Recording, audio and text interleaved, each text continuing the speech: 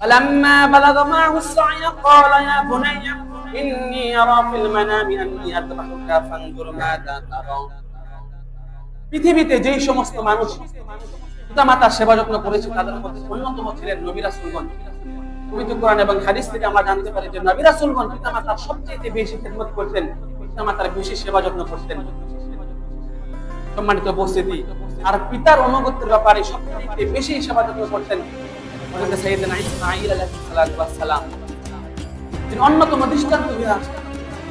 আল্লাহ সুবহানাহু ওয়া তাআলা আল্লাহ বলছেন فلما بلغ معه السعي قال يا بني إني أرى في المنام أني أذبحك فانظر ماذا ترى قال يا أبت افعل ما تؤمر ستجدني إن شاء الله من الصابرين। আল্লাহ সুবহানাহু ওয়া তাআলা বলছেন فلما بلغ معه السعي قال يا بني ইসমাঈল যখন ইব্রাহিম আলাইহিস সালাতু ওয়াস সালামের সাথে কাজ করার বয়সে উপনীত হলেন, যখন দৌড়াদৌড়ি শিখেছেন, ইব্রাহিম ইসমাঈলকে বললেন ইন্নী আরা ফিল মানামি আন্নী আযবাহুকা ফানজুর মাযা তারা। হে আমার কলিজার টুকরা সন্তান ইসমাঈল, তুমি শুনে রাখো ইন্নী আরা ফিল মানামি আন্নী আযবাহুকা ফানজুর মাযা তারা। আমি স্বপ্নে দেখতেছি যে আমি তোমাকে কুরবানি করতেছি।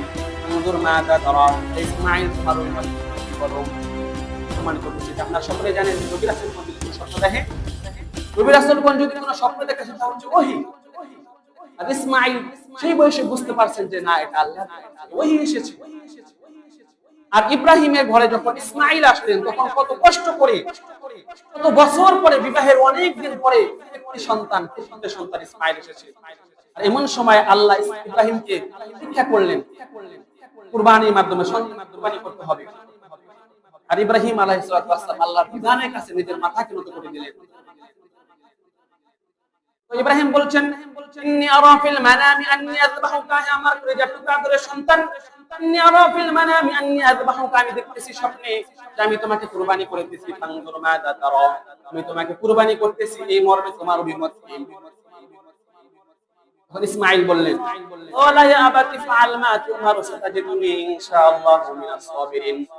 ইসমাঈল তার পিতাকে ডাক দিয়ে বললেন হে আমার পিতা, মা তুফআল সাতাজিদুনি ইনশাআল্লাহু মিনাস সাবিরিন, আল্লাহ তোমাকে যে নির্দেশ দিয়েছেন, তুমি যে স্বপ্নে যেটা দেখেছো, আফআল মা তু'মারু সাতাজিদুনি ইনশাআল্লাহু মিনাস সাবিরিন, আপনি আপনার সেই কর্মের ভিতরে বিচল থাকেন, অবশ্যই অবশ্যই আল্লাহ তাআলা আমাকে প্রশংসা পাবেন।